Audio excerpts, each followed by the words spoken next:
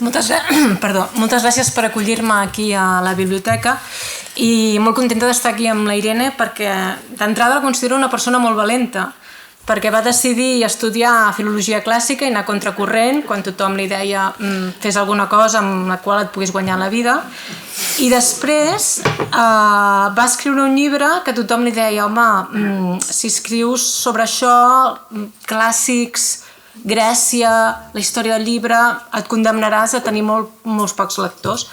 Però bé, ha venut 500.000 d'exemplars i, com dèiem abans, s'ha traduït a 35 idiomes i ara hi ha gent de tot el món que està llegint. Aviat estudiarà l'anglès, que per qualsevol escriptor que escrigui en castellà o en català, traduir-se a l'anglès és una odissea, és molt difícil. I més, no és un llibre de ficció, sinó que és un llibre d'assaig. I el primer que m'agradaria a mi preguntar a la Irene és una mica com va ser el procés d'escriure aquest llibre, perquè sé que alguna vegada has explicat que és complicat, però que a més ningú apostava tampoc per aquest llibre, és a dir, com quan vas estudiar filologia clàssica et deien, no sé, jo crec que tindràs molt pocs lectors, en vendrà poc i tot plegat. I m'ha demanat ella que ho fes en català, ella és de Saragossa, és aragonesa, però ha dit, sisplau, fem un diàleg català-castellà. Per tant, aquí el teniu, un diàleg català-castellà. Bona tarda, moltes gràcies. Soy muy feliz, me fa molta ilusión estar aquí y se lo quiero agradecer especialmente a Angelina, a las bibliotecas de Barcelona, porque bueno, para mí fue muy emocionante el pregó de Sant Jordi del año pasado y quedó aquí mi palabra comprometida de volver a esta biblioteca, que además, bueno, Sant Gervasi es un barrio tan literario, ¿no? Estáis aquí poblados por fantasmas de escritores y de literatura y me parecía muy hermoso volver con este motivo, ¿no? Así que estoy muy feliz de estar aquí esta tarde y me encanta. Siento no poder hacer la charla en catalán. Yo, siendo pequeña, iba todos los veranos a veranear a Sitges y allí pues me acostumbré a escuchar el catalán con otros niños, cada uno hablábamos en nuestro idioma y ahora lamento no haber aprendido también a hablarlo porque habría sido hermoso, pero bueno, me encanta poder hacerlo en las dos lenguas y también el diálogo, ¿no? que es una palabra y una experiencia emocionante y una forma también de destacar el valor de la diversidad lingüística. Así que, bueno, me disculpo, pero muchas gracias por la acogida y por la oportunidad. Sí, el libro pues, ha sido el resultado de una serie de actos de cabezonería mía a lo largo del tiempo, aunque ha habido mucha gente diciéndome no estudies latín y griego porque no llegarás a ningún sitio, estás desaprovechando tu expediente académico, ¿no? Como se les dice a muchos alumnos ¿no? que tienen vocación de humanidades y sus propios profesores les dicen no lo malgastes, ¿no? haz ciencias, haz carreras como derecho, como ingenierías que tienen futuro y no esto, ¿no? Y bueno, pues yo ahí perseveré a pesar de todas las predicciones catastrofistas. Luego, cuando me puse a escribir, está claro que me gustan las causas perdidas, pues también todo el mundo dijo, la literatura, esto es dificilísimo. Y encima te pones a escribir sobre los clásicos y sobre la antigüedad, ya juntaslo, ¿no? Las dos causas perdedoras, ya no tienes remedio.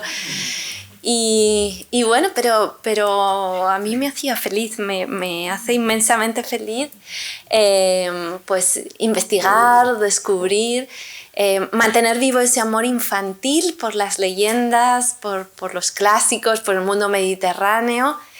Y bueno, pues este libro, El infinito en un junco, fue como una apuesta en un momento dificilísimo de mi vida, cuando realmente creí que sería el último libro que podría escribir, porque había nacido nuestro hijo con muchos problemas de salud, estaba ingresado en el hospital, en la UCI neonatal, con un pronóstico muy difícil, pasábamos muchas horas en el hospital y yo pensé realmente pues que que ante esa situación una ocupación, una dedicación tan a la intemperie como era la literatura, pues ya no la podría mantener. Pensé, ha sido un sueño demasiado grande, ya está, a veces la vida te pone obstáculos mayores que tus propias fuerzas, así que bueno, escribo este último libro que es mi despedida, mi acto de amor a la literatura, mi canto a los libros y a todo lo que he recibido, y ya después de esto pues supongo que pasarán muchos años o a lo mejor ya no vuelvo a escribir. Y ese fue el espíritu con el que yo hice este libro, ¿no? Un poco tener ese lugar y esa habitación propia donde alejarme del hospital, de la obsesión, del miedo y reunirme con las cosas que me gustan, que me apasionan y decir, bueno, pues al menos durante un poco más de tiempo voy a intentar mantener viva esta faceta que tanto amo. Y cuando acabe este libro, pues ya está, lo abandonaré, ¿no? Y eran mis horas más felices, realmente el libro era mi refugio y creo que el espacio donde yo conjuraba todas las cosas que me alimentaban la esperanza y las fuerzas para seguir adelante en una situación tan dura. Y bueno, pues yo creo que por eso mismo me resistía a acabarlo, ¿no? No quería cerrarlo porque decía, bueno, pues si aquí se acaba todo, me quedo un poquito más, unos meses más. Y el libro era todavía más largo de la publicación actual, fueron mis editores los que me pidieron que eliminase una tercera parte. O sea que yo estaba allí muy cómodamente instalada en este libro, que iba a ser el último, pero yo no quería cerrar la puerta. Y me lo planteé como un intento de recuperar la fascinación de los cuentos que me contaba mi madre antes de dormir por las noches, que fueron, pues yo creo, el detonante de mi amor por la literatura. Y dije, bueno, como un homenaje a todas las madres, padres, tías, abuelos, madrinas, padrinos que leen libros a los niños, pues voy yo a contar la historia de los libros como la contaría una persona que estuviera hablando con un niño y diciéndole, esto es una gran aventura colectiva a lo largo de los siglos, llena de héroes, de villanos, de perseguidores, de suspense, y vamos a mirarla así, ¿no? Como una odisea de los libros. Y claro, eso pues significaba que hubiera muchos personajes, muchas peripecias, que tuvieran bueno, siendo un ensayo, una dimensión muy narrativa. Y eso me exigió pues tener como un mapa del libro, que era yo había forrado una pared de mi despacho como composites y iba poniendo allí pues este relato, esta historia en primera persona, este recuerdo de la infancia, el viaje a tal sitio, este escritor contemporáneo, esta serie, música, pero ahora voy a hablar de los papiros, de los rollos, ¿no? Y un poco todo ese microcosmos yo lo tenía allí extendido en mi habitación y antes de escribir la primera palabra pasé meses y meses preparando un poco el mapa. Cada post-it además tenía un color asociado a una temática, intentaba que no hubiera demasiados colores juntos, sino que tuviera mucha variedad y fuera como un mosaico, no? I vas escriure, crec que vas escriure a mà al principi, sí, no? És a dir, bueno, amb llapis y bolígraf. Las primeras versiones las escribo siempre como unos esquemas y unas anotaciones muy desarrolladas a mano y luego ya paso al ordenador porque, bueno, la verdad es que con el periodismo me he acostumbrado al ordenador que te cuenta los caracteres y vas viendo. Si no, como siempre tienes muy limitado el espacio, o sea que tiene que ser 1.600 caracteres o 4.100 caracteres, pues claro, el ordenador te los va contando mientras lo escribes y vas viendo, no, ya no me puedo ir mucho por las ramas, tengo que... Entonces ya me he acostumbrado a las versiones definitivas, a hacerlas en el ordenador, pero sigo escribiendo muchísimo a mano, llevando mis notas y los papeles que luego además los pierdo, no sé dónde los he metido, las notas que yo tenía y todo lo que había pensado para este capítulo, dónde ha ido a parar y el mismo niño además también como le encanta ir allí a rebuscar en mis cosas y las pierde, las esconde, los posis los arrancaba con las manos y lo veía yo ahí llegar con las manos, ¿no? De los puños le sobresalían los posis y decía, sabotaje doméstico. Abans explicaves la importància dels contes o de les llegendes que t'explicava la mare o que t'explicaven a casa. No sé si recordes algun relat en concret que t'impactés molt, no? Que sempre recordem el primer llibre o la primera història que a vegades potser ens han explicat o hem llegit. No sé què va ser primer, què te'n va impactar més? Una lectura que et van fer o algun llibre que tu llegissis? A ver, había libros que mis padres o mi familia me leían, porque yo, bueno, iba sableando a los adultos un cuento, veía a algún adulto y decía, cuéntame un cuento o léeme este cuento, ¿no? Yo siempre intentaba sacarles a los adultos lecturas cuando yo todavía no sabía leer. Entonces yo tenía libros, miraba los dibujos, conocía la historia, lo podía reconstruir, pero yo quería un adulto que me lo descifrase y le pusiera voz, porque yo no era capaz todavía. Mi madre recuerda que yo tenía un libro de fábulas con el que iba a todas partes, me lo llevaba a la calle, a los viajes, dormía con él, lo trituré totalmente porque me encantaban las fábulas, tenían como unas ilustraciones muy humorísticas y me parecían muy divertidos, ¿no? Allí todos los animales hablando. Pero realmente el que fue el gran relato, el gran impacto de mi infancia fue la Odisea. Fue la Odisea porque había una serie de dibujos animados cuando yo era pequeña, que era un Ulises galáctico, y lo veía y mi padre me dijo un día, pero tú sabes que ese no es el verdadero Ulises, ¿no? Y yo no sé. Y entonces me dijo, bueno, pues ya verás, esta noche, como con la habilidad de los cuentacuentos, esta noche yo te voy a contar la verdadera historia de Ulises. Entonces, claro, cuando llegó la noche yo le dije, esa historia, entonces empezó a contarme como capítulos por entregas las aventuras del viaje de Ulises y ya pues claro, las sirenas, el cíclope, los lotófagos, ¿no? Calipso, Circe, Nausicaa y ese fue el relato que me cambió la vida. Yo le dije años después le decía a mi padre, tú sabes que cuando me contaste esa historia ya me hiciste filóloga clásica, me hiciste escritora, me decidiste la vida entera con ese relato, ¿no? Y decía, pues no, la verdad es que no estaba preparado, pero fue maravilloso, sí, eso no lo olvidaré nunca. Y mi agradecimiento a mis padres, que durante muchísimos años, todas las noches, sin faltar una, me contaban la historia antes de dormir, que fueron pues muchísimos mitos y leyendas, pero también libros de aventuras, libros pues Robin Hood, La Isla del Tesoro, libros de Pushkin, cuentos tradicionales, mitologías nórdicas, en fin, o sea, muchísimos relatos. Y llenaron mi infancia de palabras, de emociones, ¿no? Y yo recibía los libros como parte de una, ¿no? Como un regalo de intimidad, de afecto.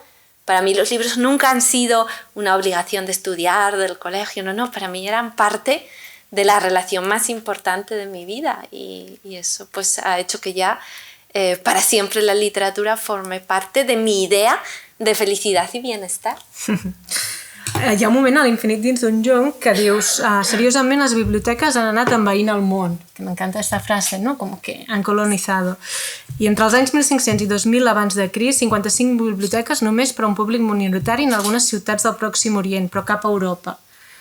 Es tracta d'una de les realitats antigues que ens ha colonitzat amb més eficàcia, dius, no? Com creus que ho han aconseguit? Com ens han colonitzat? Perquè ara, abans parlava amb un director de museu i em deia les biblioteques han aconseguit alguna cosa que els museus encara no hem aconseguit. Si tanca una biblioteca, els veïns es mobilitzen.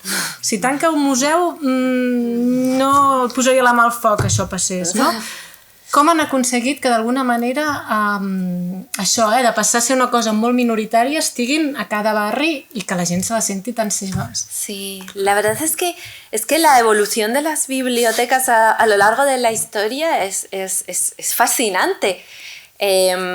Las bibliotecas de esas primeras culturas orientales, que es donde realmente nacen las primeras bibliotecas, Alejandría no es la primera biblioteca, no es la biblioteca más antigua, es la que tiene la aura mítica, pero hubo bibliotecas anteriores, hubo bibliotecas en Egipto, hubo bibliotecas en Mesopotamia, pero eran bibliotecas que formaban parte de palacios o digamos eran de colegios de escribas, de templos, ¿no? Eran bibliotecas que no estaban abiertas al gran público, eran bibliotecas que pertenecían a los entornos privilegiados donde había gente que sabía leer y escribir, que en esas civilizaciones eran muy escasas, ¿no? Entonces,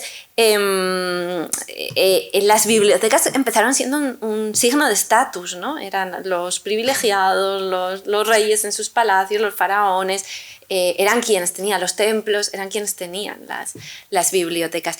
Y ha costado siglos traerlas a los barrios, a la calle, a la gente, ¿no? Y hacer que se conviertan, como son ahora, en el centro palpitante de las comunidades, ¿no? Dentro de las ciudades.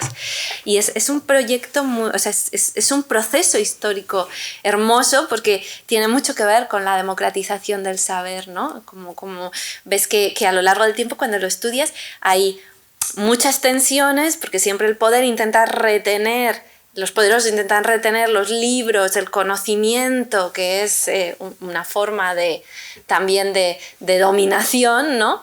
Cuando solo la tienen unos pocos, y como hay mucha gente anónima luchando para que las bibliotecas empiecen a expandir ese conocimiento y llevarlo mucho más lejos, ¿no?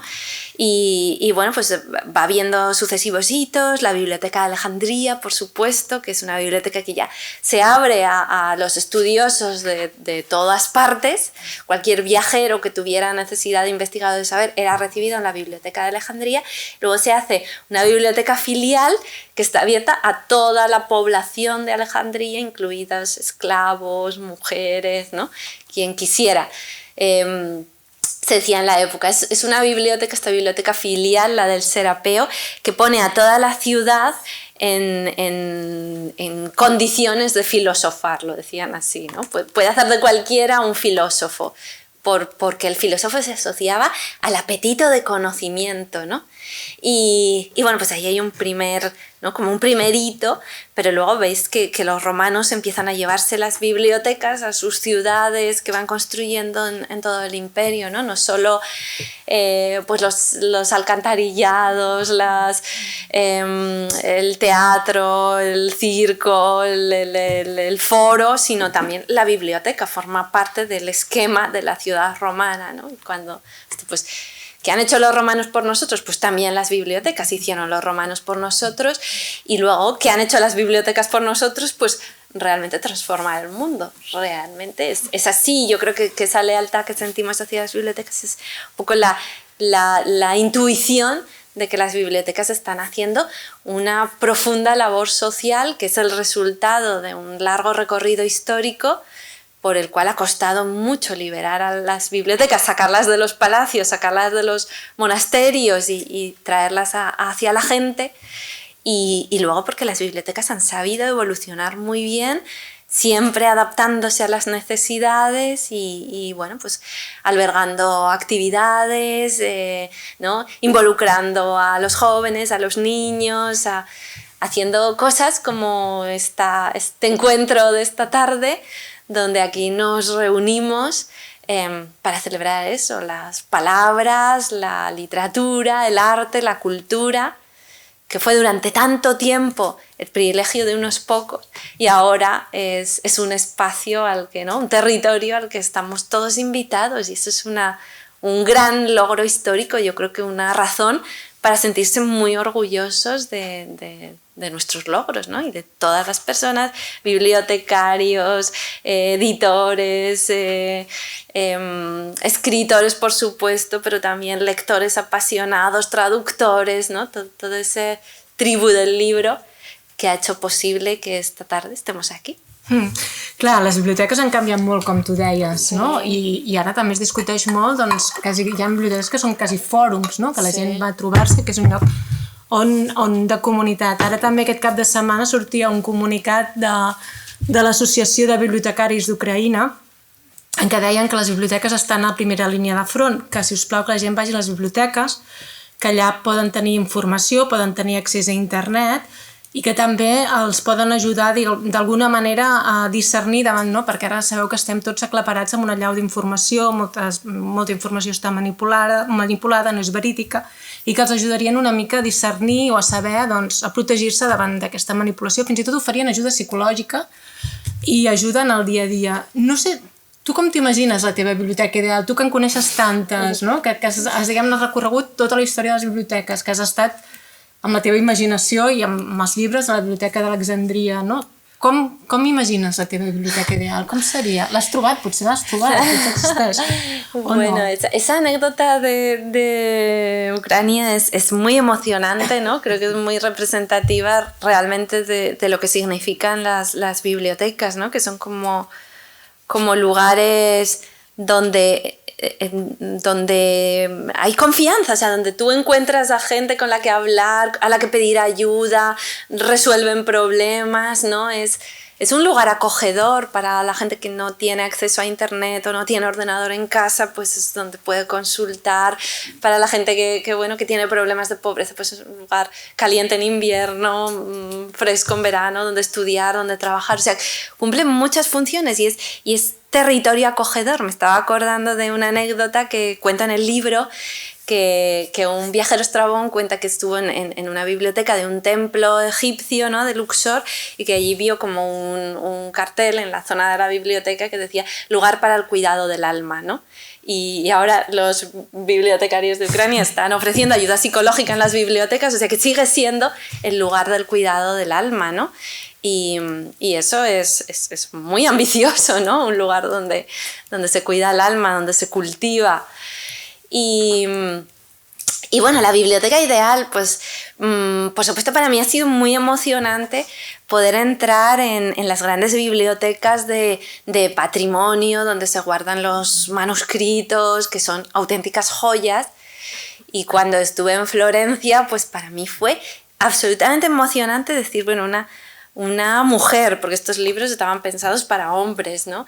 Alguien que viene de una familia sin pedigrí, sin aristocracia, ¿no? Pues puede tener entre las manos estas joyas que nacieron para la familia Medici, para los grandes potentados de aquella época, ¿no? Y que alguien como yo, gracias a una beca pública, viaje y tenga entrada a esta biblioteca y le pongan en las manos estas joyas, ¿no? O sea, sentí esa emoción de decir cuántos obstáculos y cuántas murallas han tenido que caer para que esto suceda. Pero realmente las bibliotecas que a mí me parecen totalmente esenciales no son ni las grandes bibliotecas de los códices, ni las bibliotecas que los arquitectos construyen, así como grandes emblemas de las ciudades y de las capitales. Son las bibliotecas rurales y las bibliotecas municipales, ¿no? Porque es allí donde realmente hay esa transferencia, esa vida, donde se hacen cosas maravillosas, por supuesto en las otras también, pero esas tienen mucho que ver con la vida de los barrios, de las personas, ¿no? con el día a día. Y ahora mismo acabo de volver de Colombia y estuve en la ciudad de Medellín y allí realmente me contaron testimonios muy emocionantes de la vida en los barrios, de una ciudad que ha sufrido el azote de la violencia con el cártel de Medellín, con el narcotráfico. Los chavales de los barrios pues tienen un poco como dos opciones, ¿no? O dedicarse o entrar en el narcotráfico, en la delincuencia, o un camino mucho más trabajoso y difícil, que es el de la educación, el de los libros y el de intentar salir de ese ambiente y trabajar y prepararse y tener otra vida, ¿no? Están como los dos modelos. Y ahí esas bibliotecas que están en la trinchera, en el lugar donde realmente se define la vida de las personas, ofreciéndoles, pues organizan orquestas para que la gente pues a través de la música se exprese, donde se prestan libros, se hacen clubes de lectura que muchas veces pues tienen que ver también, son un poco como terapias encubiertas, porque se está hablando de los grandes conflictos, de las heridas, de las cicatrices, y los utilizan un poco pues para sanar una comunidad tan desgarrada por la violencia y el narco, y son testimonios que realmente conmueven y dices, bueno, Son maravillosas las grandes bibliotecas de patrimonio, los archivos cumplen una labor importantísima de custodia, pero donde realmente se debaten, ¿no?, los grandes problemas y las angustias de la gente en esas bibliotecas que están allí a pie de calle y donde realmente se presta un servicio cotidiano, diario a las personas. Y eso es los que jo crec que són les biblioteques ideals, no? Clar, i parlant d'això, a l'Infinit dins d'un joc, parles molt dels herois anònims, dels petits herois anònims, dels quals ni tan sols recordem el nom, que també hi ha dones entre aquests petits herois, i de com, gràcies a ells, s'han salvat molts llibres, i també del seu amor per la lectura. No només salvar llibres, sinó també facilitar que la gent pogués llegir aquests llibres. Parles de molta gent, entre elles les bibliotecàries de la Segona República, no? Sí. No sé si ens podries parlar una mica d'aquests petits herois que al llarg dels segles, que no són grans noms ni surten pràcticament enlloc, però que gràcies a ells podem ara llegir, ¿no? Y tots tenim accés a la lectura. Claro. Ha sido una parte difícil de la investigación, porque cómo recuperas a la gente que no tiene nombre, que no está en los textos históricos, de la que prácticamente no se habla, ¿no? O sea, cómo recuperas a los acallados, a los silenciados, a los anónimos, a los que siempre quedan un poco en los márgenes y no tienen historiadores que cuenten sus andanzas como de Alejandro Magno o de Julio César, ¿no? Y bueno, pues ha sido un trabajo muy laborioso con las fuentes, intentando encontrar los detalles, ¿no? Como a veces referencias muy de pasada a ese tipo de personajes y bueno, pues quiénes eran los bibliotecarios, quiénes eran los primeros libreros de los que tenemos noticia, los copistas, la gente que en momentos de persecución y censura escondió libros con riesgo de su vida para que no se perdieran o se los aprendió de memoria, ¿no? Como en Fahrenheit 451, que la gente se aprende los libros, pues eso ha sucedido en la historia, ¿no? O sea, libros perseguidos, la gente se los ha aprendido de memoria para que se destruyan, pero luego volver a copiarlos, ¿no? Y claro, son testimonios pues muy conmovedores y los he intentado ir reuniendo para reconstruir un poco esa historia acallada de todas esas personas que no eran ni emperadores ni guerreros, pero que han tenido un papel muy importante en esta historia que para mí es la épica del conocimiento, ¿no? y la épica del acceso al saber. Y bueno, pues he ido un poco buscando las piezas y también me ha interesado un poco pues cuándo entran las mujeres en esta ecuación, ¿no? Porque durante mucho tiempo los bibliotecarios, los libreros, etcétera, impresores son hombres y hay muy pocas mujeres. Y bueno, pues he ido buscando a las escritoras, a las libreras, a las maestras, a las mujeres, ¿no?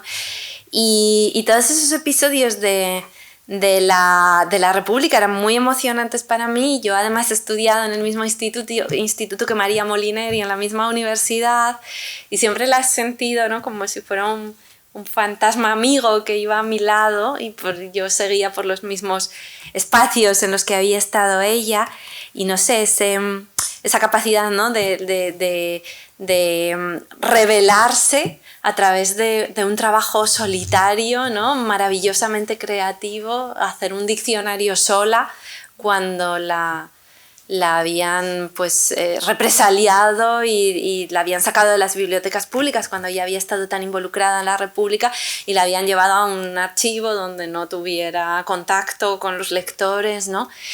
Y bueno, esa historia me emocionaba, entonces bueno, fui buscando también un poco cómo representaba, ¿no? Porque esto me parecía curioso e interesante, cómo representaba el audiovisual a las bibliotecarias, ¿no? En las series, las películas y cómo eran en realidad. Y esa era fue una parte muy divertida porque, bueno, siempre encuentras el tópico de la bibliotecaria con el moño prieto, las gafas, avinagrada, mandando callar a todo el mundo, ¿no? Como el prototipo de la solterona amargada y avinagrada que no ha podido casarse y tener familia, y entonces es muy desgraciada en su trabajo de bibliotecaria, ¿no? Y este es el tópico que aparece en general en las películas, en el cine habitual, en el cine comercial estadounidense, ¿no? Y en particular yo creo que el gran prototipo es esta película de Qué bello es vivir, que nos las pone todas las navidades, la de Frank Capra, y que está ahí el protagonista, ¿no? Que va a suicidarse, y entonces le aparece el ángel y le va explicando que su vida tiene sentido para que no se suicide, porque todas las personas que están a su alrededor hubieran sido más desgraciadas si él no hubiera nacido, y entonces van pasando revista, pues unos habrían sido alcohólicos, otros solitarios, otros no sé qué, enfermos, tal. Casos que todos los que estaban a su alrededor pues eran muy desgraciados. Y él pues está casado con una mujer muy dulce y muy guapa y tal, y entonces dice, bueno, ¿y mi mujer? Y el ángel dice, no, esto no lo quieres saber, no lo preguntes. Y dice, sí, cuéntamelo, por favor. No, esto es demasiado duro, tal, no. Y entonces dice, bueno, venga, te lo voy a enseñar. Y entonces van ahí y resulta que su mujer era bibliotecaria. Si él no hubiera existido, su pobre y desgraciada mujer habría tenido esa vida miserable de bibliotecaria, ¿no? Y entonces ha merecido la pena que haya vivido él solo para salvar a su mujer de la suerte de ser bibliotecaria, ¿no? Y entonces lo acompaña para que vea en esa otra dimensión paralela cómo hubiera sido su mujer. Y entonces la que era una chica guapísima con su pelito rizado, sus vestiditos, no sé qué, ya sale con el uniforme habitual, fitas, moño, vestida de gris, cuello hasta aquí, mangas, ¿no? Todo, zapatos así gruesos, tal. Y entonces la ves salir de allí como aferrándose a los libros, con miedo al mundo exterior, mirando a la gente como con aprensión, ¿no? Cerrando la biblioteca, un poco encorvada sobre sí misma, y dices, ay, pobre mujer, ¿no? Y entonces, pues eso, ha merecido la pena que este hombre no se suicide solo por liberar a su mujer de ese destino terrible.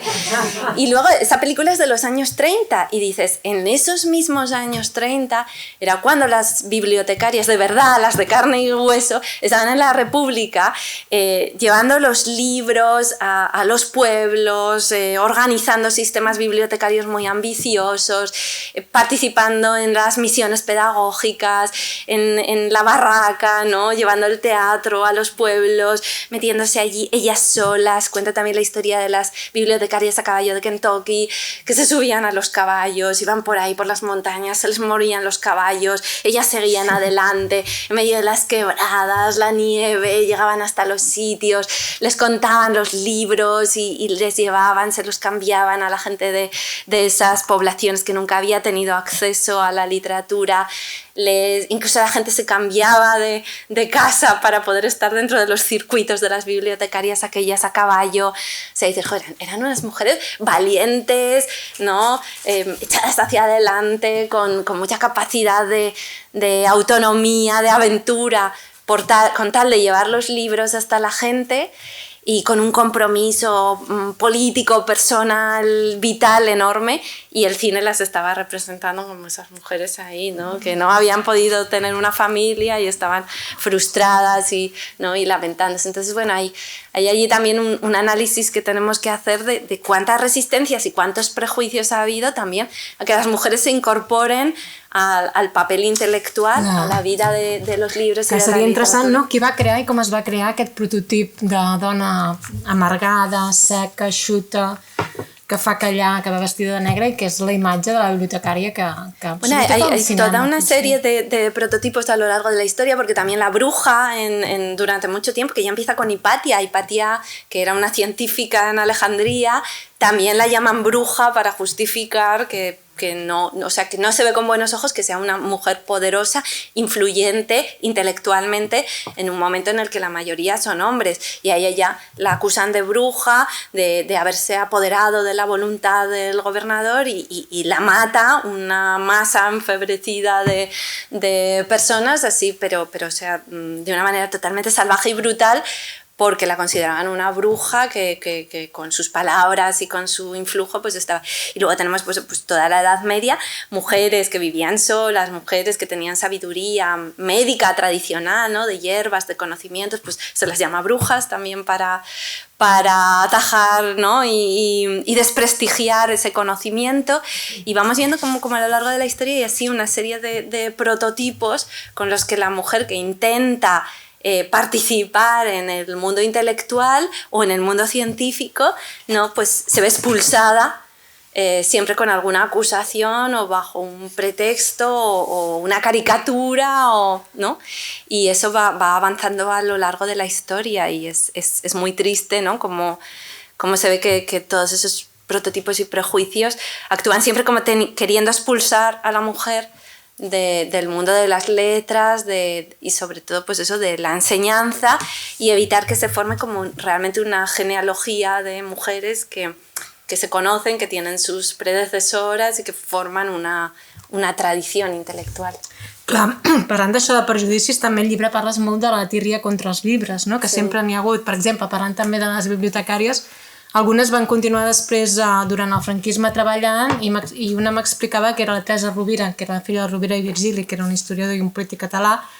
Hi havia l'infern de les biblioteques on la dictadura feia amagar els llibres que consideraven que no es podien llegir, que havien estat censurats, i aquelles d'amagat els treien i es anaven allà posant a les prestatgeries i posaven a l'infern aquells que consideraven il·legibles i infumables, no? Que eren els que a vegades volia que llegís la dictadura.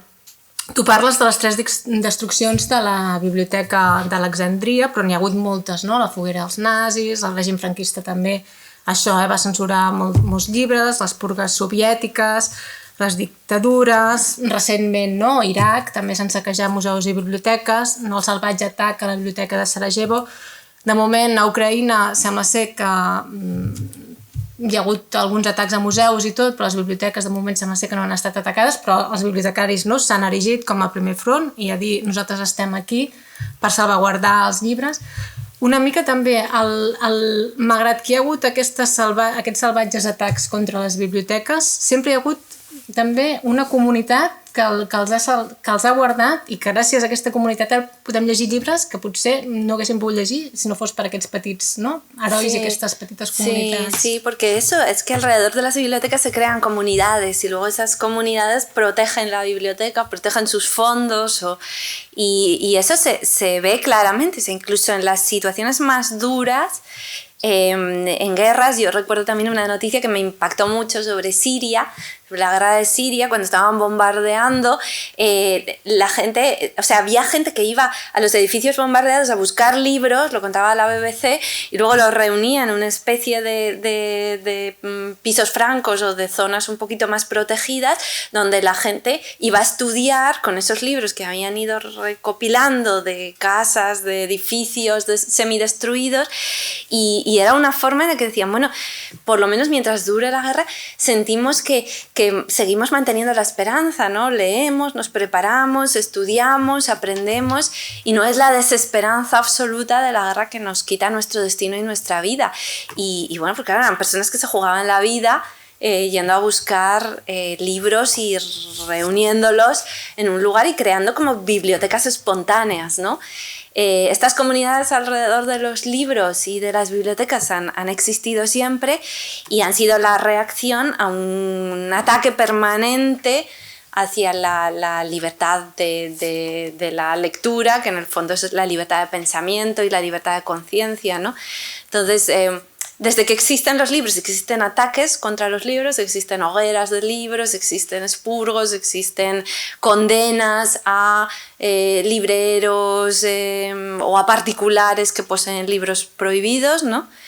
Intentos de destrucción y de eliminación, y existe también esa forma, ¿no? En la que la gente realmente se moviliza en favor de los libros y de las bibliotecas y las reconstruye enseguida que es posible o que las circunstancias cambian mínimamente. Entonces, bueno, creo que hay que mirar los dos lados de la moneda. Por un lado, el hecho de que se ataque constantemente a los libros demuestra que los libros no son superfluos, no son un adorno, no son un aspecto inútil de nuestras vidas, porque nadie persigue y elimina y no pone en juego tantos recursos para aniquilar algo que no sirve o que es inútil. Y por otro lado, quiere decir que realmente para la gente son importantes los libros, más allá de lo que podamos pensar, pues bueno, de las clases cultas, las universidades, ¿no? O sea, realmente la gente común y corriente que está alrededor de esos lugares, de esos centros del saber y del conocimiento, que luego ¿no? salvan los libros. Y a mí me han contado pues también una historia muy bonita de las barricadas alrededor de Madrid que estaban en la zona universitaria, ¿no? Y de un conserje que fue salvando, o sea, utilizaron los libros para las barricadas. Y un conserje que fue salvando libros atravesados por balas y todo, pero que los fue salvando, algunos libros muy valiosos que había allí, y los guardó durante muchos años, y ahora sus descendientes los han devuelto a la universidad, ¿no? Libros valiosos, ediciones únicas que estuvieron en las barricadas alrededor de Madrid. O sea, que quiero decir que la historia de los libros realmente tiene mucho que ver, y bueno, y este era un conserje, quiero decir, no era un profesor universitario, que hay muchos testimonios de personas que realmente han hecho esfuerzos casi increíbles por salvar libros, por salvar historias, por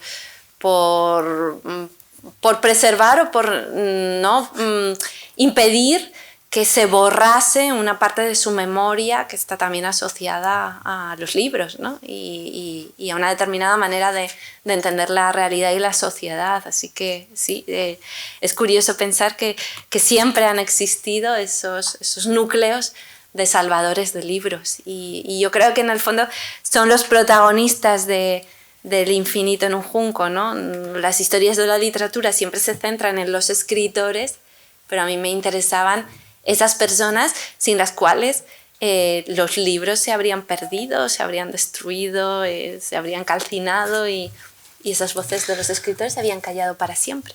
Clar, a vegades som una mica massa pessimistes, no? Perquè tu escrius el llibre en un moment en què tenim una allau de notícies que la gent llegeix poc, que aviat no ens sabrem expressar, que els joves no se saben expressar perquè tot funciona a través de Twitter, fem frases molt curtes, les xarxes socials tampoc et permeten llegir grans relats literaris, el paper desapareix, tot eren notícies i inputs negatius, no? I tu escrius un llibre que té molts lectors, que a més estan llegint gent de Taiwan, no? Aviat Estats Units, Anglaterra, Colòmbia, Polònia, Rússia... ¿No? ¿S'ha traduït al rus? Sí. Todavía no, pero estaba en marcha la traducción.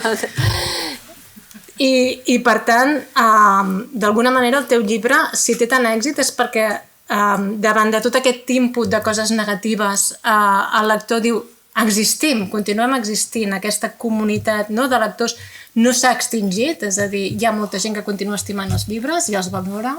Sí, bueno, y alrededor del libro pues se ha manifestado también una comunidad que yo llamo como la tribu del junco, que bueno, pues ha demostrado que realmente, a pesar de que nos decían los libros se acaban, a la gente ya no le interesan, hemos emigrado todos a las pantallas, pues no era cierto, porque al reclamo de este libro pues la gente se ha sentido identificada con toda esa historia, y también bueno, con una llamada a reivindicar las humanidades, la cultura y los libros como parte esencial de nuestra sociedad democrática y de nuestra vida ciudadana, ¿no? Y creo que eso es de nuestras comunidades. Creo que eso ha sido una de las cosas más bonitas que ha traído el libro. Y bueno, yo en general, pues como tengo la perspectiva de haber estudiado los libros a lo largo de los siglos, pues cuando empezó toda esta especie de predicciones apocalípticas del fin de los libros y de la cultura y de la novela y del papel y todas estas cosas, pues yo decía, bueno, yo realmente tengo otra historia que contar, ¿no? Que es que los libros han sobrevivido a cosas terribles, ¿no? A caídas de imperios, a pestes, a pobreza, analfabetismo, saqueos, destrucciones, pobreza, y a través de toda esa historia tan convulsa, los libros han seguido aquí con nosotros. Y pues como decía Umberto Eco, es que son como la rueda, como el vaso, como hay pocos objetos tan antiguos que sigan hoy totalmente vigentes, ¿no? Que no hayan sido sustituidos o abandonados o olvidados. Y bueno, pues por un lado, un respeto a un objeto que ha atravesado el tiempo y aunque siempre le están diciendo que está al borde de la muerte, porque eso ha sucedido siglo tras siglo, pues resucita y resucita y resucita todas las veces que haga falta, ¿no? Y por otro lado también, pues con toda esta cuestión de los libros electrónicos, yo intento siempre dar otra visión. O sea, no, parece que nos dicen, compiten, ¿no? El libro de papel y el libro electrónico compiten y solo va a sobrevivir uno, ¿no? Como en Los Inmortales, solo va a quedar uno con vida. Y yo creo que no es así. O sea, yo creo que lo que tenemos ahora es un enriquecimiento de nuestras posibilidades de lectura. Hay problemas que resuelven estupendamente los libros electrónicos, gente con problemas de visión pues que amplía la letra, gente que viaja, petits, claro, hay sitios y momentos donde es difícil encontrar libros tradicionales, ¿no? Pues con la pandemia, con el confinamiento, o gente que vive en otros países y no encuentra libros en su lengua y gracias al libro electrónico pues los puede conseguir y es maravilloso que resuelva tantos problemas que existían relacionados con los libros, o gente que no se los puede permitir o que tiene menos dinero, lo que fuera. Pero eso no quiere decir que vayan a desaparecer los libros tradicionales, que no tenemos que elegir un bando, que no somos de uno o de otro. La mayoría de nosotros podemos tener todas las ventajas y todas las posibilidades y creo que deberíamos sentirnos afortunados por eso. No es la primera época de la historia en que ha habido varios formatos de libro conviviendo y lo habitual es que como que ocupen y se especialice cada modelo de libro, cada formato para unos determinados usos y bueno, pues todos los lectores puedan ir pasando de uno a otro y eso me parece una ventaja y me parece algo que hay que celebrar. O sea, esta idea de no, es el fin de una era, hay por un lado, ¿no?, los que se aferran a lo antiguo y los que se suben al carro de lo moderno. Pues no, pues todos somos mucho más versátiles de lo que parece y creo que los libros tienen grandes ventajas, los libros tradicionales, los libros de papel, que es bueno, pues el ser tangibles, el que tú los toques, los acaricies, te lo puedas dedicar a alguien, ¿no? Te pongas notas o subrayes o ¿no? lo acaricies, lo veas, un libro es distinto de otro, tienen su personalidad. Ahí hay una cosa como tangible y material que es muy importante. Los libros de papel realmente los poseemos en una medida que no poseemos los libros que nos descargamos, ¿no? Porque los libros tenemos derecho a acceder a ellos, pero los libros de un Kindle no son nuestra propiedad. En el contrato lo dice, si en algún momento hay algún problema, la plataforma tiene algún problema con un determinado libro, lo puede retirar y desaparece de todos los dispositivos. Un libro de papel es una cosa que como no venga a tu casa a quitártelo, no te lo arrebata nadie. O sea, uno lo disfrutas y otro lo posees, es una diferencia, ¿no? Y bueno, pues regalarlo, celebrar un San Jordi en la calle, ¿no? Comprando libros con los escritores firmando, esas cosas no se pueden hacer con el libro electrónico. ¿Qué le regalas a alguien? Una descarga, es una cosa mucho más frío, no lo envuelves, no le puedes colocar dentro de una carta secreta, ¿no? O sea, quiero decir que tiene ventajas. Un libro de papel es que se cae al suelo y no se rompe. Eso es una ventaja muy grande, no se te queda sin batería. O sea, quiero decir que ambos tienen grandes ventajas y que lo que tenemos es la opción y eso es maravilloso. O sea, no creo que tengamos que sentirnos ni en el fin de nada, ni desgarrados, ni en una especie de guerra civil entre dos formas de libros, que todo está abierto y todo es mucho más flexible de lo que parece y a veces da la sensación de que los discursos son como muy de enfrentamiento entre lo antiguo y lo moderno, cuando la realidad es que la informática y la tecnología se ha inspirado constantemente en el libro, porque el libro es un objeto muy exitoso y ya cuenta en el infinito en un junco, como los ordenadores personales son la adaptación del ordenador al formato del libro. Nacieron para parecerse lo más posible a los libros y de hecho los primeros prototipos se llamaban Dynabook, que significa libro dinámico, ¿no? O sea, antes eran los ordenadores como unos mostrencos de aparatos que llenaban habitaciones enteras y costaban como viviendas, ¿no? El precio de una vivienda, y alguien dijo, no, vamos a intentar hacer ordenadores que se parezcan más a los libros, que sean pequeños, manejables, portátiles, ligeros, que puedan estar en los salones de todas las casas, y esa es la evolución. Y cuando nace Internet, el sistema de las páginas web, la organización de las páginas web dentro de dijeron, ¿cuál es el sistema de organización más eficaz que existe en el mundo? El de las bibliotecas. Y se inspiraron en las bibliotecas, en las signaturas, ¿no? La identificación de cada libro con una asignatura que después introduces y te lleva a ese documento. Es exactamente como funcionan las páginas web. ¿Por qué? Porque las bibliotecas eran el modelo para la informática. O sea, Internet en realidad es una gran biblioteca. Esto es lo que es Internet. Y por eso yo creo que deberíamos cambiar un poco la imagen y pensar, es que lo antiguo está siendo constantemente inspiración para la tecnología. No hay aquí una especie de ruptura, sino hay también una colaboración, ¿no? y una inspiración mutua y una serie de sinergias que existen, que son muy valiosas. Clar, parlant d'això, de la inspiració de l'antic, ara també s'acaba de traduir al català 2 llibres teus que vas escriure abans de l'Infinit dins d'un jonc, que és El xiulet de l'arquer, i algú va parlar de nosaltres. El xiulet de l'arquer és un llibre preciós sobre l'arribada a Cartago d'Enees, l'heroi de Troia, convertit en un refugiat, vull dir que també té ressò amb l'actualitat. I després algú va parlar de nosaltres, són com pessics d'historietes, són pensaments dels clàssics, però que parlant de la política, l'avarícia, l'anorèxia, fins i tot, no? El riure. A mi em passa, com a periodista, que rebo una allau d'informació cada dia, a més ara amb la guerra Rússia-Ucraïna, el minut a minut, ara passa això, ara passa allò. Clar, arriba un moment que et sents molt aclaparat. No sé fins a quin punt els clàssics a vegades ens poden ajudar a ordenar les nostres idees o a verbalitzar, no, tot aquest garbuix de coses i d'emocions, no, que se'ns van inoculant i que a vegades ja ni tan sols podem pensar, no? Perquè estem tot el dia rebent informació però no tenim temps de reflexionar sobre tot el que està passant. Com creus que ens ajuden els clàssics? Homes i dones que van escriure, homes sobretot hem de dir, que van escriure fa molts segles tots aquests pensaments?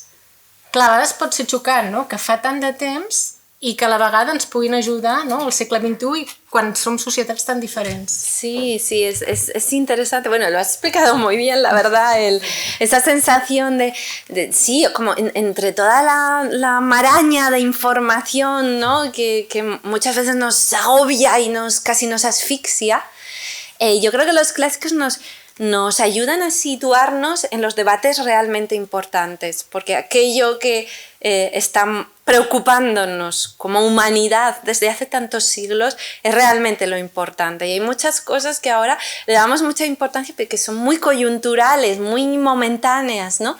Y esos grandes temas de los que hablan los clásicos son los temas realmente esenciales, o sea, como que es como un filtro. Viajar a la antigüedad es distanciarte y ver una imagen, ¿no? Como panorámica de lo que nos está sucediendo, y yo lo hago siempre sobre la premisa de no idealizar a los clásicos. O sea, yo no pienso que fuera una época maravillosa, no me gustaría haber nacido en el mundo antiguo porque, como muy bien decías, siendo mujer lo hubiera tenido dificilísimo para escribir, imposible para enseñar o para estar aquí hablando como estamos hablando nosotras desde una mesa. Pero sí es verdad que me parece que tienen los clásicos una conversación muy interesante. O sea, te hablan de cosas que son realmente las que definen una sociedad, las que nos explican cómo hemos llegado a ser quienes somos, y no siempre estaremos de acuerdo con ellos, o a veces nos veremos identificados en lo peor, ¿no? En la corrupción política, en los desahucios, en la desigualdad que no acaba de resolverse, ¿no? No siempre nos devuelven un reflejo agradable de nosotros mismos, pero es cierto que nos ayudan a pensar, creo yo, y me parece muy interesante porque tenemos la posibilidad de dialogar, de hablar con las mentes más brillantes de todos los tiempos, o al menos algunas de ellas, porque otras evidentemente se han quedado por el camino y no han llegado a poder escribir y publicar. Pero algunas de esas mentes más brillantes las podemos tener en nuestra casa dialogando con nosotros, y a mí eso me parece fantástico, ¿no? Porque vamos a renunciar a todo ese bagaje. Y encontramos como cosas que nos parecen tan propias de este tiempo, que están ya o en los debates o muy anticipadas por los clásicos. Ahí a veces nos sorprenden y otras veces nos toman la delantera, y en ciertas cosas pues son casi como más avanzados que nosotros, ¿no? O no tienen prejuicios que nosotros hemos desarrollado posteriormente. Entonces es interesante ese intercambio de decir, bueno, por ejemplo, la alfombra roja, que nos parece que es una cosa como de nuestra época, pues resulta que ya aparece en una tragedia de Esquilo. Se puede ver en el mito de la caverna mucho de lo que ahora nos preocupa, de las máquinas, ¿no? De las pantallas, de la gente que está ahí como tan obsesionada que no puede salir de su burbuja. Muchos de nuestros conflictos, los conceptos políticos los han creado casi todos los antiguos, ¿no? El problema de la vivienda, del alquiler, de la dificultad para encontrar una vivienda digna, es que ya se planteaban los textos antiguos, y el poeta Marcial ya hablaba de ese tema, ¿no? Entonces es curioso cómo vamos encontrando pues eso, muchas de nuestras preocupaciones y angustias reflejados en ellos. Y me parece un ejercicio interesante y curioso hacer un viaje al pasado y luego volver otra vez al presente con una mirada y un punto de vista diferente, sin perder el sentido crítico hacia los clásicos, siendo capaces también de criticarlos. Ellos mismos se reían de sus lacras y de sus problemas, así que en realidad no estamos haciendo nada que no hicieran ellos. Pero también me parece un error si prescindimos de todas esas historias, mitos, símbolos, ideas, conceptos que al final no s'han forjado. Clar, a mi algú va parlar de nosaltres, em va cridar especialment en l'atenció el tema de la corrupció. Sí. Perquè vaig entendre que ells eren més intolerants que la nostra cultura cap a la corrupció, no? Eren més estrictes a l'hora de controlar els polítics. Sí, ¿no? sí, en algunos aspectos realmente sí. O sea, corrupción hubo muchísima y lo sabemos y está muy documentada, e incluso pues con mucho detalle, ¿no? La corrupción inmobiliaria, los edificios construidos con materiales de muy mala calidad porque los constructores se quedaban con parte del dinero, ¿no? Y no lo destinaban a la construcción y ese tipo de cosas. Luego como también las obras así muy faraónicas que las empezaban y no las terminaban y dejaban allí. Hay una carta de Plinio a Trajano donde le está contando, no aeropuertos sin aviones evidentemente, pero sí le está diciendo, pues hay un acueducto que empezaron a construirlo, lo han dejado abandonado, ¿no? Y ese tipo de cosas pues existían. O sea, esas infraestructuras suntuosas que luego se quedaban en nada y se tragan dinero de los fondos públicos, ¿no? O sea, todas esas cosas son muy curiosas. Los textos hablan de esos problemas y son muy actuales, pero sobre todo de la democracia ateniense a mí me llama la atención que ellos sí que tenían muy claro la cuestión de rendir cuentas, de que los políticos al acabar su mandato, que habitualmente era de un año, tenían que rendir cuentas. Entonces, pero se lo tomaban muy en serio lo de esa rendición de cuentas, ¿no? O sea, varios días estaban abiertos a que los ciudadanos presentasen quejas y esas quejas se podían convertir en investigaciones, tenían que hacerse responsables de todo lo que había pasado durante su gestión, y si había casos de corrupción, pues realmente tenían que responder. Y ese es un concepto democrático que por desgracia se ha perdido en el camino. En otras cosas hemos mejorado la democracia sobre cómo lo hicieron los atenienses, porque estaban ahí excluidos los extranjeros, las mujeres, los esclavos. O sea, en realidad una democracia para unos poquitos, un club de ciudadanos clase A, y todos los demás se quedaban fuera. O sea, en esto lo hemos mejorado mucho, pero hay otras cosas donde realmente pues ya no se hace ese mismo seguimiento no se controla tanto la permanencia en el poder de las mismas personas. En la antigüedad estaba muy pensado para que hubiera una rotación constante y nadie pudiera ocupar los cargos demasiado tiempo y bueno, o sea, realmente era un sistema que estaba concebido para que todo el mundo fuera más responsable, más consciente y la sociedad estuviera constantemente fiscalizando lo que hacían sus políticos. Molt bé, jo crec que seria interessant que si algú volgués fer alguna pregunta del públic o fer una pregunta a la Irene sobre... Vale. Mira, pensem en per què.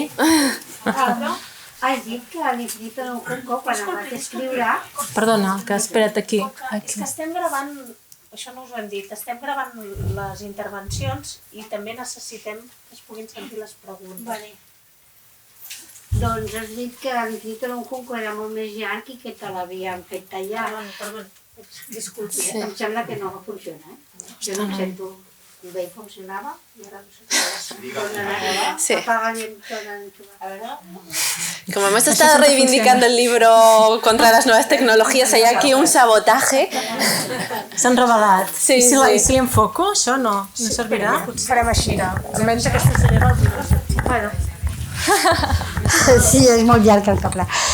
Doncs torno a repetir la pregunta, que havies dit que l'Infinito d'un Junco era molt més llarg i te l'havien fet tallar. Tens en previsió per aquesta tallada treure un altre assaig? Sí. Me gustaría hacerlo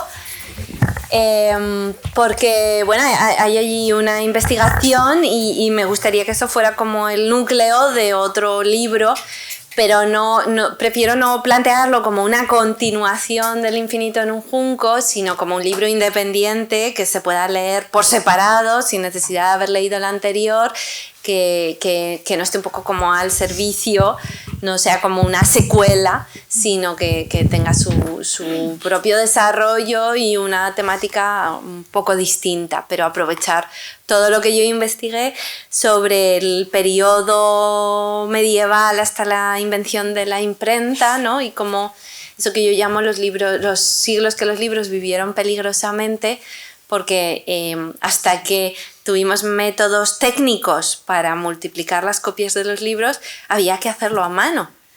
Y claro, pues es que eso costaba muchísimo esfuerzo. Un copista medieval, en algunos casos privilegiados, pues anota la fecha de comienzo y la fecha de finalización de un gran manuscrito y vemos que son meses trabajando durante todas las horas de luz, porque un copista en un monasterio, en un scriptorium de un monasterio, trabajaba durante todas las horas de luz. Son meses enteros de una persona trabajando laboriosamente en hacer una copia.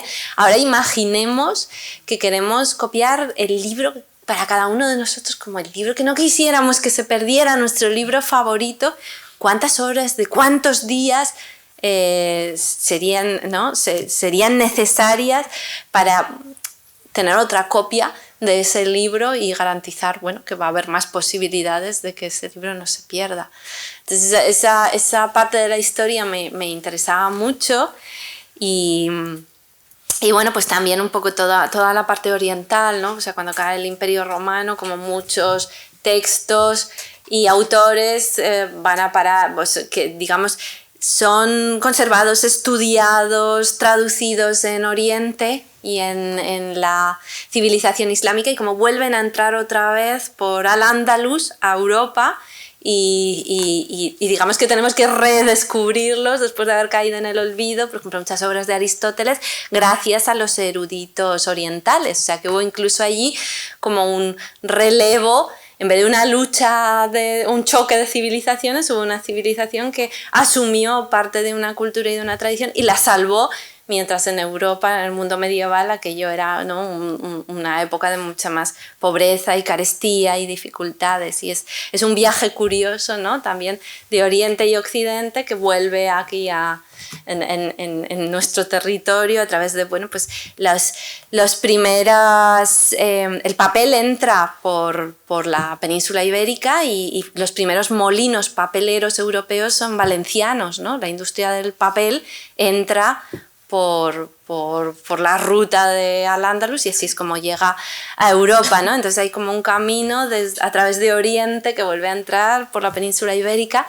y es un viaje interesante, ¿no? De ver cómo esas dos culturas estaban intentando o movilizando enormes esfuerzos para evitar que se perdiera todo un legado de palabras y esa es otra parte de la historia que me quedé con las ganes de contar i compartir.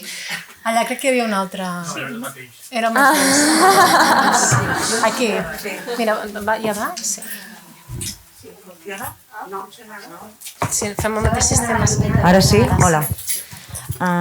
Irene, jo et volia preguntar sobre l'Infinito en un junco. Jo quan el vaig llegir, el primer que em va captivar va ser que pràcticament jo llegia relats que algú m'explicava, o contes o històries, i al tractar-se d'una temàtica potser que a priori no resultava molt senzilla, entraves fàcilment en el llibre. La meva mare, que té 88 anys, ha llegit el teu llibre. És veritat que la meva mare és una gran lectora, però li vaig dir, mira, mama, és això. Va dir, bueno, doncs ho intentem i tal. I la veritat és que precisament ella també destacava això. I ella va ser la que em va fer la reflexió i em va dir, em recorda molt el tractament d'alguns llibres que donava l'Anna Maria Matute. O sigui, llibres que a priori pot ser també com Olvidado Rei Vudú. Sí. Home, doncs no és una temàtica que potser al principi diguis que et pugui interessar molt. És un libro grueso. Claro, és un superlibro. Però en canvi, aquesta manera d'escriure com a relat, com a conte, fa que tot entri amb molta fluïdesa. Això és el que et volia preguntar en resum és com ha pogut influir-te tu, o si creus que t'ha influït, la literatura de Ana María Matute. Sí. Una gran pregunta porque además en el Silbido del Arquero el encabezamiento es una cita precisamente de Ana María Matute de Olvidado Rei Vudú. Así que es una forma de reconocer en ese libro que es anterior al Infinito en un junco que ella ha sido una maestra y un referente para mí, ¿no? Porque, bueno, no solo personalmente, por su trayectoria, por su valentía personal, por cómo defendió su amor por la literatura, sino también por eso, porque ella siempre reivindicó los cuentos, ¿no? Y la infancia, esa frase tiene tan bonita, decir, la infancia dura más que la vida, ¿no?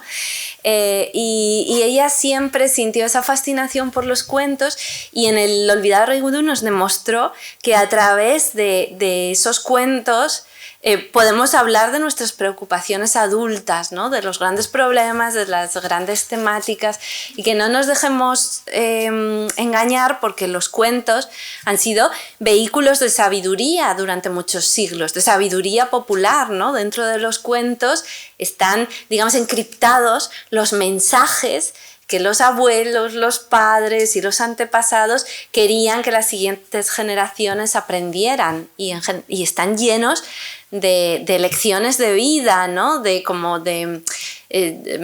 relecturas simbólicas de la historia y del pasado. Y entonces yo cuando daba clases en la universidad me daba cuenta de que mis estudiantes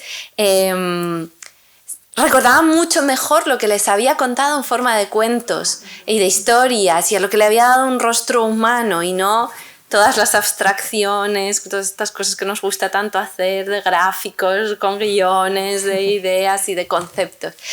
Y entonces, claro, yo pensé, efectivamente, como sabía Ana María, durante muchos siglos la sabiduría se ha transmitido con fábulas, con cuentos, con relatos épicos, ¿no?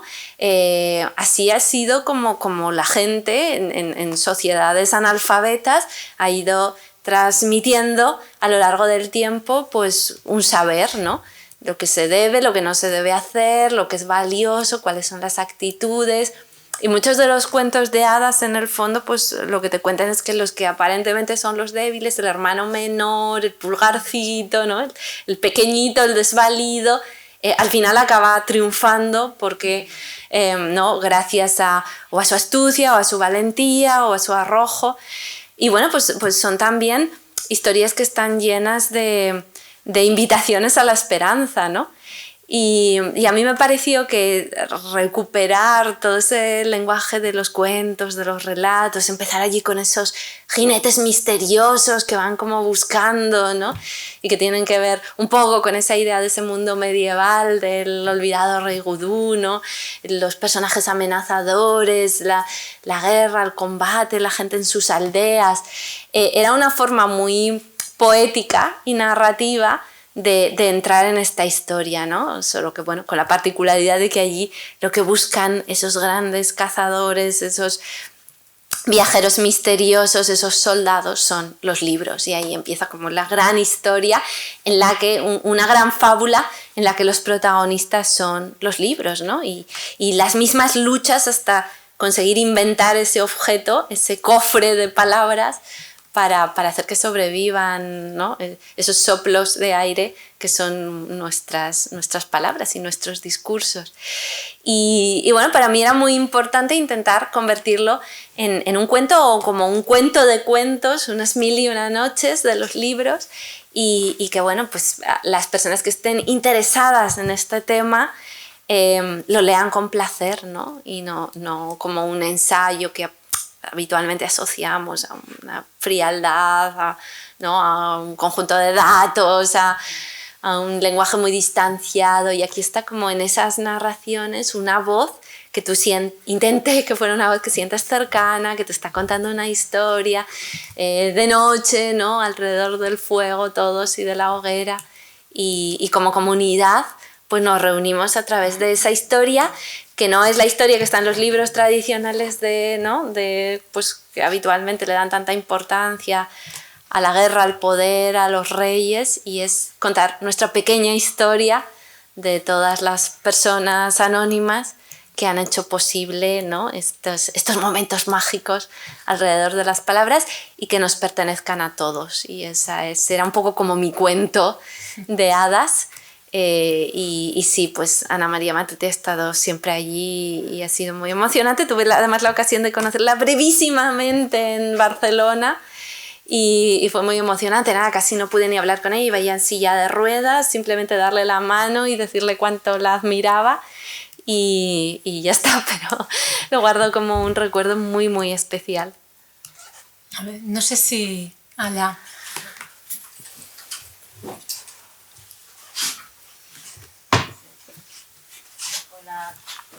A ver, yo soy narradora... ¿Está encès? Sí. Yo soy narradora oral profesional. ¡Qué maravilla! Sí, me encanta. Y digo, ostras, ahora que está aquí Irene, voy a hacerle una pregunta que me sirva para contestar a aquellos padres y madres y maestros que cuando cuento un cuento tradicional se ponen las manos en la cabeza, o se van incluso, porque hay cosas que no se pueden contar a los niños. Sí. Y eso me ha hecho acordar, porque hace años, bueno, por temas de mi profesión, estuve con Ana María Matute, y me acuerdo de una frase que dijo, que me pareció genial, que dijo: los niños son bajitos, pero no tontos. Sí, sí. No, totalmente. Cuando yo voy a los institutos y comparto con los chavales jóvenes los mitos griegos, que son muy truculentos, muy sangrientos, están llenos de barbaridades, ¿no? Parricidios, incestos, todo tipo de cosas. La realidad es que conectan con esa crudeza precisamente, porque yo creo que están un poco cansados de esa excesiva protección entre algodones, ¿no? Con el que a veces cierta literatura infantil y juvenil del presente pues intenta darles una visión muy risueña del mundo. Y precisamente los cuentos tradicionales intentan todo lo contrario. O sea, un cuento vendría a ser como una especie de vacuna, creo yo. O sea, te inoculan una historia muy dura, ¿no? que te puede dar miedo, para que la vivas en un contexto seguro, rodeado de tus padres, de la gente querida, en casa, y de esa manera, pues digamos que te preparas para ciertas cosas, ¿no? Ciertos aspectos del mundo son duros o terribles, pero no puedes ir por la vida pensando que todo el mundo es bueno y que todo es maravilloso. Tienes que tener ciertas cautelas, tienes que saber cómo es el alma humana. Y eso es lo que hacen los cuentos. Los cuentos tradicionales te dicen cosas terribles. Hansel y Gretel es los padres abandonando a los niños, ¿no? Que es como el terror para un niño. Si mis padres, que son mi referencia en el mundo, me abandonan en el bosque, ¿qué será de mí, no? Entonces los cuentos te están diciendo, esas cosas ocurren, hay ogros, hay maldad, y eso nos lo encontramos en la vida, pero es que está en el patio del colegio. Habrá niños que sufran acoso, como sufrí yo en la infancia, y que se enfrenten con la maldad del mundo y necesitan herramientas, necesitan saber que eso existe, cómo nombrarlo, cómo defenderse, cómo protegerse. Y eso es lo que hacen los cuentos, ¿no? Los cuentos nos ayudan a tener miedo en un entorno protegido, de manera que puedas hablar, puedas expresar esas inquietudes, puedas verbalizar ese terror, y eso te ayudará si luego te encuentras en una situación dura en la vida.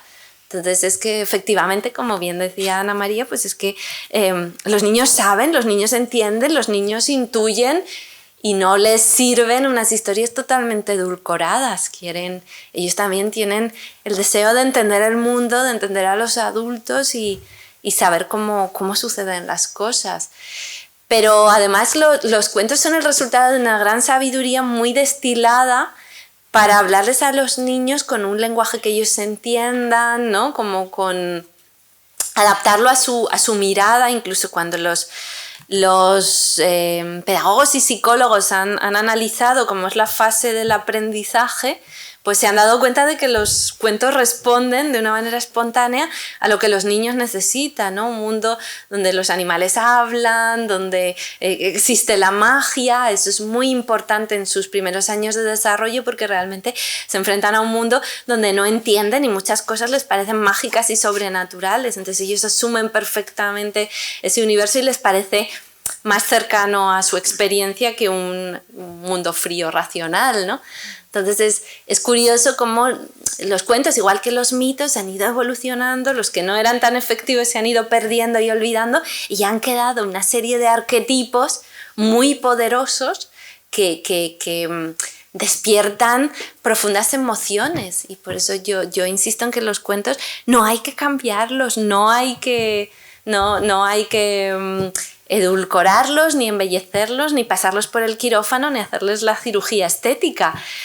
Lo que sí podemos hacer es hablar con los niños y decirles, oye, esto te parece bien, esto te gusta, ¿tú crees que esto tiene que ser así? Y ellos mismos expresan sus objeciones, y eso es bueno, porque además se acostumbran a no aceptar como un testimonio de autoridad y a opinar libremente y decir, mira, pues a mí esto no me gusta, pues el personaje ¿por qué hace esto? ¿No? Y eso es valioso, invitarles a ellos también a que discrepen, a que digan su punto de vista. Y bueno, que tengan un poquito de miedo puede ser bueno, puede ser muy bueno. Es de lo que se trataba inicialmente, ¿no? Pues les diré a los padres que Irene Vallejo me dijo que... Bueno, yo no sé si el argumento les va a convencer, pero bueno... Sí, no, además hay un discurso, el discurso de Paul Auster cuando le dieron el premio Princesa de Asturias, creo que hablaba precisamente de todo esto y daba él también esa visión, ¿no? de que es importante que los cuentos tengan su propia crudeza, o sea que si quieres, Paul Auster a lo mejor les impressiona más. El que m'agradaria saber, sisplau, és com et vas decidir per aquest títol, que és tan poètic. Lo del título fue como también una historia larga, porque yo lo presenté el libro, en fin, lo escribí sin editorial, como totalmente a la intemperie, sin saber quién lo publicaría, sin saber ni si lo acabaría, y cuando conseguí terminarlo, pues mis editores con los que había publicado hasta entonces pues novelas, pero ellos no publicaban ensayo, que es mi editorial aragonesa, Contraseña, me dijeron, pues esto nosotros no lo podemos publicar porque es que no hacemos ensayo, no hacemos libro de ese formato, no sabemos ni siquiera por dónde empezar, pero ellos me buscaron el contacto con Siruela, o sea que es bonito decirlo, que unos editores me pusieron en contacto con otros y les cedieron el libro porque se dieron cuenta de que ellos no estaban en condiciones de editarlo y ponerlo en circulación. Y entonces, bueno, pues el libro les llegó a Siruela con otro título que era Una misteriosa lealtad, que es un homenaje a Borges, y a mí me parecía muy bonito porque hablaba de la lealtad del lector hacia el libro, y esta es una historia de lealtades, ¿no?, encadenada hacia los libros. Pero a mi editor este título no le gustó, no le pareció suficientemente atractivo y me dijo que tenía que buscar otro.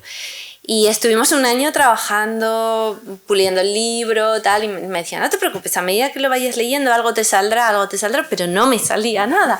Todo lo que le proponía me decía no, no, no, no, y yo estaba ya totalmente desesperada. Y entonces dije, bueno, ya llegó el momento en el que ya necesitaban el título porque la diseñadora se iba a poner con la cubierta y necesitaba saber, bueno, las palabras y tal. Y dije, bueno, ya está, o sea, me siento y me tengo que levantar con un título porque si no, esto no me va a dejar dormir.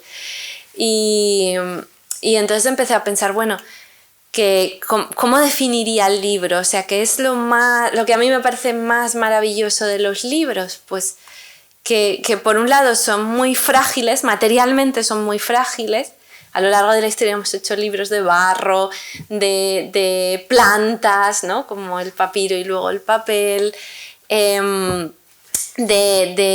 Los hemos hecho de piel, ¿no?, porque el pergamino es un poco escribir sobre la piel, es decir, de animales, de madera, de metal, de seda, que se hacían en Oriente, libros de seda. O sea, quiero decir, hemos ido buscando como todos los materiales de la vida cotidiana y sobre ellos hemos escrito probando a ver qué resultado daban, ¿no?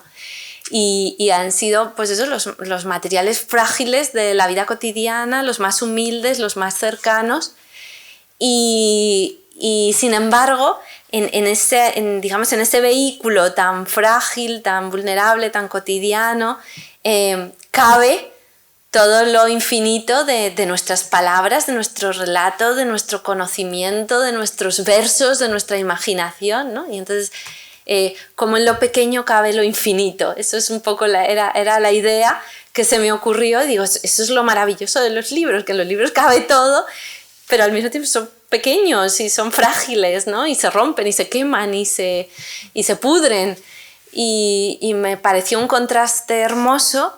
Y entonces, bueno, pues el junco evidentemente es el papiro, que es como el material del primer libro. El rollo de papiros ya es como el primer modelo logrado de libro.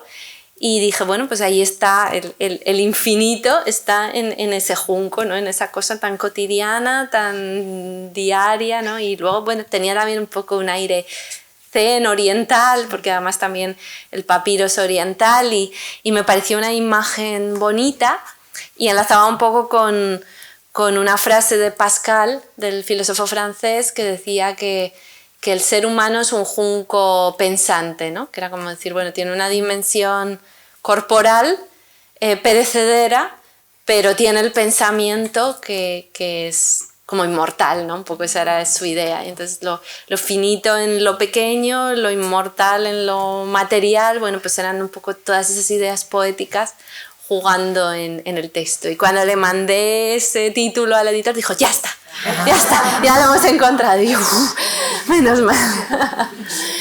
Sí. Pero costó.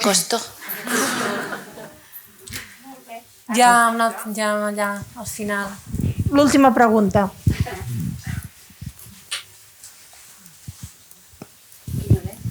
Yo quería preguntarte, bueno, entre experta que ya eres de por sí y además con el contacto que dices que has tenido en institutos y tal, para los jóvenes estos que se van tan de ciencias y que ahora realmente no tienen ningún contacto con los clásicos, aparte de los que a ti te gustan, los que tienen éxito con ellos, ¿qué? Para empezar con algo, aparte de la Odisea.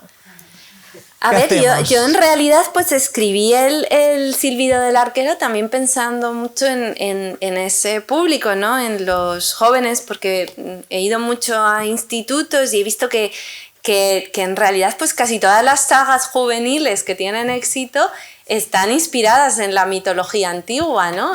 Pues quiero decir, desde El Señor de los Anillos, Star Wars, Harry Potter, que lo escribió una filóloga clásica y está todo lleno de referencias al mundo mitológico y además los hechizos de Harry Potter son todos aproximadamente en latín, un poco mezclado y modificado, pero son casi todos latín. Y bueno, pues El Corredor del Laberinto, Los Juegos del Hambre, casi todos ellos tienen una conexión directa, por no hablar de Percy Jackson, que ya directamente son hijos de los dioses paganos.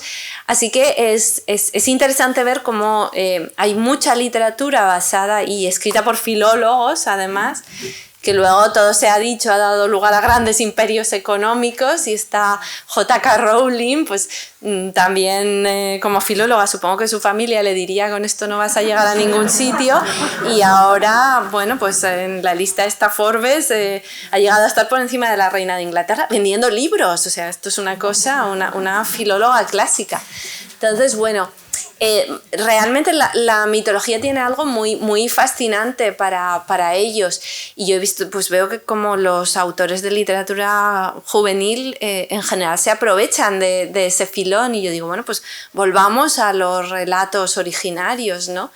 Y yo escribí El Silbido del Arquero pues un poco para recuperar la Eneida, que es un texto que quizás es un poco difícil, pero dar acceso a lectores que no están acostumbrados pero rescatar un poco la historia y darle una relectura contemporánea, como bueno, se está haciendo el libro de Circe o el libro de la canción de Aquiles, ¿no? Que han sido grandes éxitos recientemente. Pues bueno, estaba intentando un poco eso para llevarlo a un público más amplio, y ese libro se ha leído en institutos y bueno, pues nos ha dado lugar a hablar mucho sobre las mitologías. Realmente yo creo que la Odisea es el mejor para empezar, y luego las Metamorfosis de Ovidio tienen muchos relatos, o sea, por supuesto no leerlas enteras porque son muchísimas, pero hay muchos relatos que son muy, muy fascinantes en las Metamorfosis. Ovidio es un autor que tiene mucho sentido del humor, además, lo cual también conecta con ellos, y les cambia un poco la imagen que tienen de los clásicos, como muy serios, muy barbudos, todos muy, ¿no? Siempre allí en como las estatuas, ¿no? En su pedestal, y él tiene mucho sentido del humor. El arte de amar también es un libro que tiene cositas muy interesantes, poesías de Catulo que son muy eróticas y eso también les suele gustar mucho.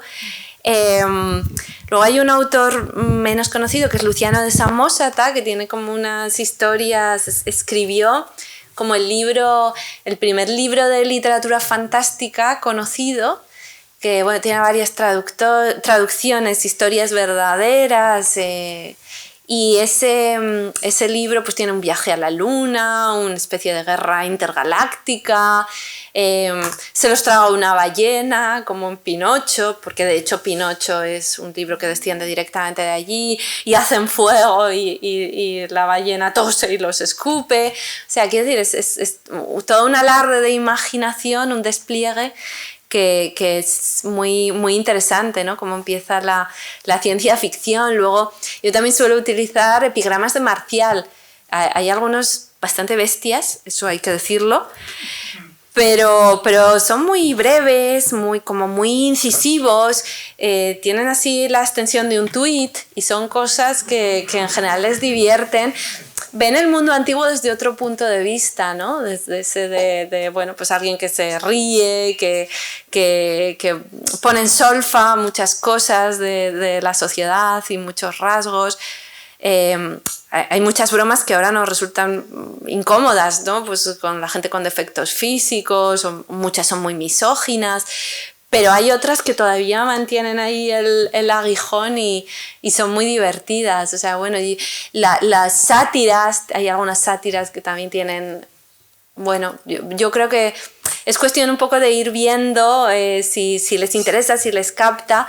La mitología es la puerta de entrada, claramente, y es muy, muy seductora, pero vamos, luego vas encontrando otros autores, y yo también me empeño mucho en en Safo, en que lean también una mujer, una de las primeras autoras de la historia, y que vean pues cómo escribía sus poemas de amor y bueno, pues qué visión tenía ella del mundo tan distinta de muchos otros poetas de la época, ¿no? Y me parece fascinante cómo todavía la podemos leer hoy y cómo ella se lamenta de la llegada de la vejez o cómo habla de los celos, de la nostalgia y todavía es muy conmovedor tantos siglos, milenios después. Así que bueno, hay muchas cositas que yo he ido dejando también pistas en los artículos, en El infinito en un junco, de textos que creo que tienen todavía mucha vigencia. Bé, jo m'estaria aquí moltes hores també escoltant la Irene, no? Perquè parla com escriu, no? Que és com contes a la vora del foc, però crec que hem d'acabar, em diuen que hem d'acabar. Jo ja m'he apuntat també les recomanacions.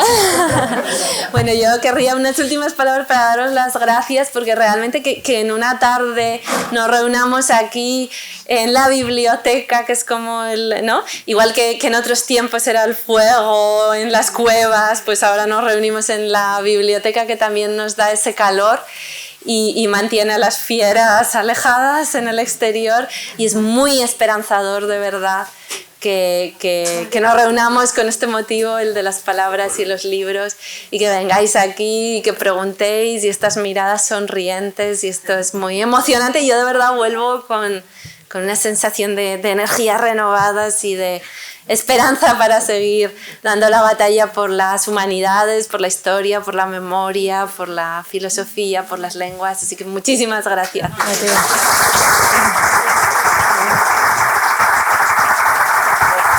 Y a todo el equipo de las bibliotecas municipales que lo ha hecho posible, Juanjo, Angelina.